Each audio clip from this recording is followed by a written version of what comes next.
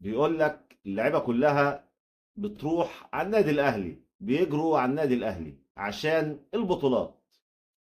يعني مثلا بيقول لك اللاعب ده راح النادي الاهلي عشان خاطر البطولات، وكمان اللاعب ده برضه بيقول لك ساب الزمالك وراح الاهلي عشان خاطر البطولات، وكمان اللاعب ده بيقول لك ساب الزمالك وراح الاهلي عشان خاطر البطولات.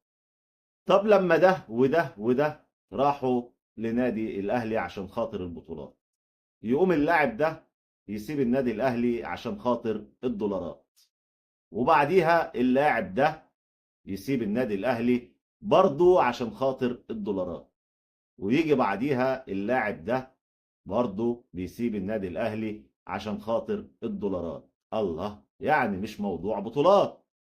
نيجي بعد كده اللاعب ده رفض دولارات الاهلي ورفض بطولات الاهلي، وقال لك كفايه ان انا اكون محترم وعندي مبادئ. مصطفى محمد رفض كل الكلام ده. يعني ده وده وده راحوا الاهلي عشان خاطر الفلوس، الدولارات. اما ده وده وده فسابوا النادي الاهلي عشان دولارات اكتر. اما ده فهو الوحيد اللي كان عنده مبدأ وثبت على مبدأه، وقال لك ولا دولارات ولا بطولات. تحية كبيرة لمصطفى محمد اللي صمد لحد دلوقتي قدام النادي الاهلي. النادي الاهلي اللي وصل سعر مصطفى محمد ل 10 مليون دولار.